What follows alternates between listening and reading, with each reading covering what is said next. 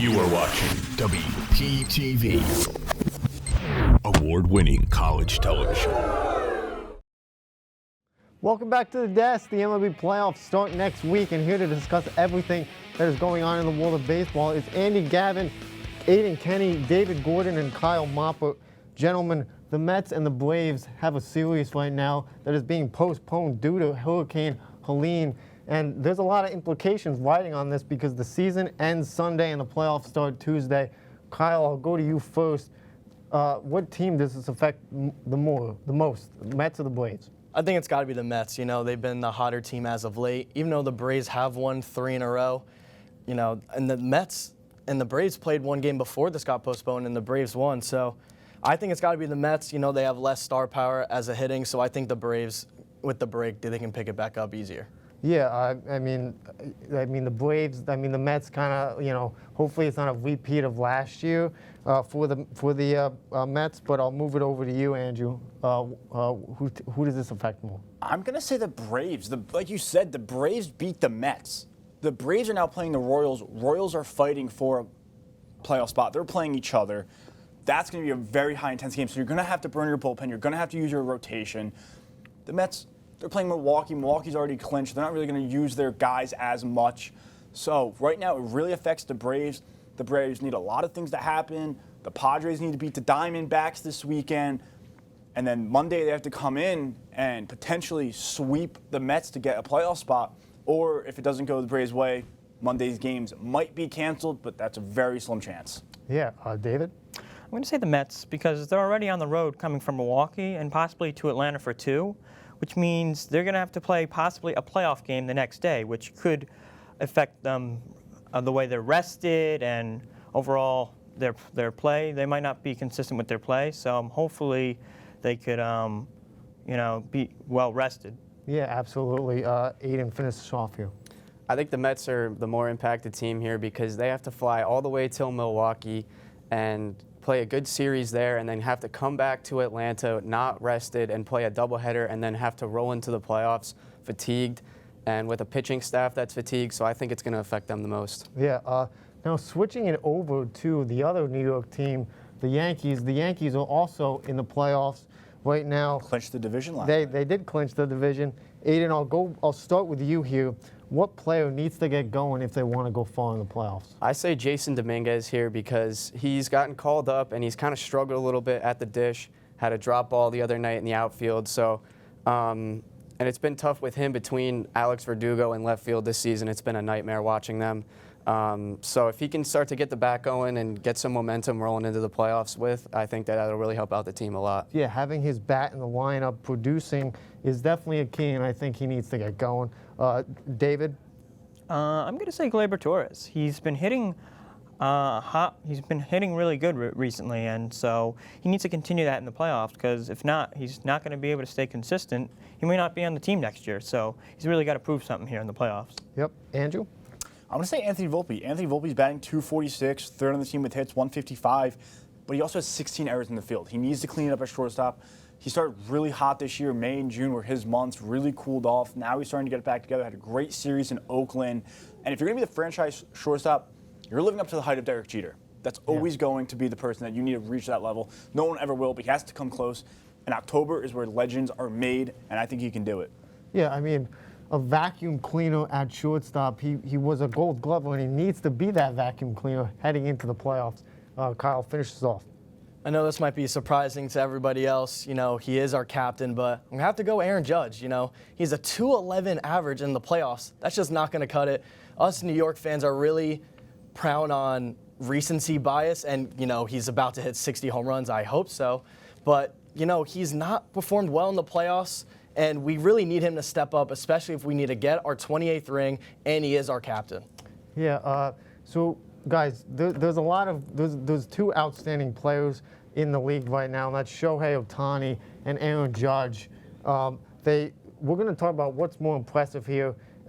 Andy, will you take me through their 2 stats on the year? Yeah, we're going to take a look right here at their stats. This season, Shohei Ohtani has 53 home runs, 56 stolen bases, 125 RBIs, 303 average. You look at Judge, 131 RBIs, 311 average, 16 stolen bases, 62 home runs. That's 2022, right? It really comes down to what is going to happen, right? Shohei Ohtani, he has the new rules of stolen bases. He pick off attempts, limits them, and then just the pitch clock too. You can take advantage of that, and that happened. We saw Ronald Acuna have 70-something stolen bases last year. It's more easier to stolen bases. I don't think it's that more impressive. Judge at 62 home runs. It was 62 years since someone else has tied the AL record of 62 home runs, and he's done it clean. You look at the 90s, steroid era, Bonds, McGuire, Sosa, they were all using steroids. It does not matter. He's doing it clean, he's doing it good, and he's going to hit 60 again. Yeah, Aidan? I agree with Gav here that the point of the steroid era definitely is a factor to why Judge's 62 home runs may not be as prominent as a 50-50 season. I know we've never seen a 50-50 season, but like he said, Ronald Acuna stole 73 bases last year, and it's been a lot easier for people to steal bags. I know Shohei's a great ball player, but I got to go Aaron Judge here. Yeah. All right, Kyle, these two people on this side, that says Judge's 62. Where are you going, Judge's 62 or 50-50? I'm so sorry. I have to go to the 50-50 season. It's just unheard of. Yeah. What man has hit 50 home runs and 50 stolen bases? There should be an asterisk. Shohei Ohtani. There should be an asterisk, though, of those stolen bases. It doesn't matter. I don't care how big the bases are now. It's just insane to me how someone can do that. And I know Aaron Judge is my favorite player. Like, I'm with you guys. I love to see his home runs, but it's Shohei Ohtani. He's a freak athlete. Yeah, Sure. I mean, I would 100% agree with you. Shohei is I don't care how you feel, man.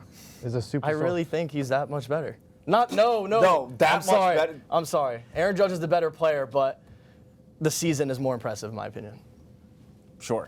I like what I see from you two. You're getting into it. But David, finish us off here. And yeah, I got to agree with Moppert here. I love you, Judge. You're my favorite player, just like he said, but he basically, no one else has ever done this. And it shows that he's a great all-around player and shows how athletic he is. So I know Judge hitting 62 home runs is something you probably won't see for a long time, but this has just been, to me, the most impressive out of the two. Yeah, we got a nice even split. This side said 62 and this side said 50-50. Coop, you can also say right side, wrong side, too. Okay. But guys, so moving away from the local teams, there's a team in the AL Central that has been really hot right now. I'm talking about the Detroit Tigers. They have been playing sensational baseball of late, and they were projected not to even make the playoffs, and they had an 8% chance of doing that, and now they are on the way of clinching a spot. And Andy, what player has helped them the most so far? I'm going to say Tariq Skubal. He has a 2.39 ERA, 228 strikeouts.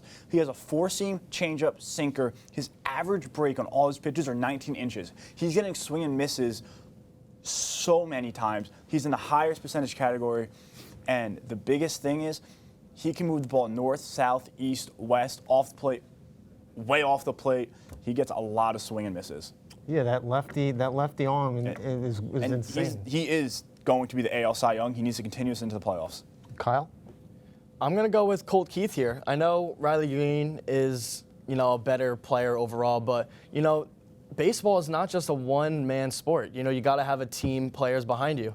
And I think Colt Keith, he's played the most games, so he's the most reliable. He has the most hits on the team. So I think he is that guy, and he's a great second piece to their offense. Yep. Aidan? I went with Riley Green. I think Riley Green has been a stud this year. He's been fun to watch for the team, hitting 264, slugging 485, 351 on base percentage, and a career high with 24 home runs this year.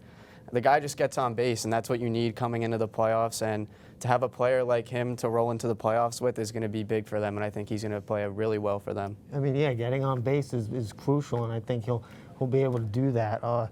David, finish us off. I'm going to go with Kerry Carpenter. He's batting .288, 17 home runs, 53 RBIs, and 935 OPS. He's been getting on base a lot and hitting consistently, which shows he's one of the best contributors on the team and best hitters on the team as well. Yeah, I mean, that's you're saying all the right things here. But let's move off the diamond and onto the gridiron for the NFL next on Sports Desk.